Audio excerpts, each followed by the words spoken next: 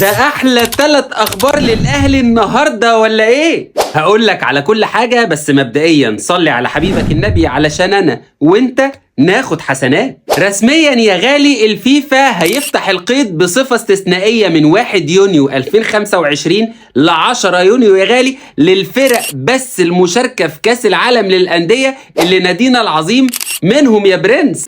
كمان النهارده ترانسفير ماركت يا جماعه بيفاجئ الجميع وبيضاعف القيمه التسويقيه لوسام ابو علي علشان يبقى ب 3 مليون دولار بالتساوي مع امام عاشور، وده طبعا حاجه بسيطه جدا على الموسم الاستثنائي اللي قدمه وسام ابو علي مع النادي الاهلي.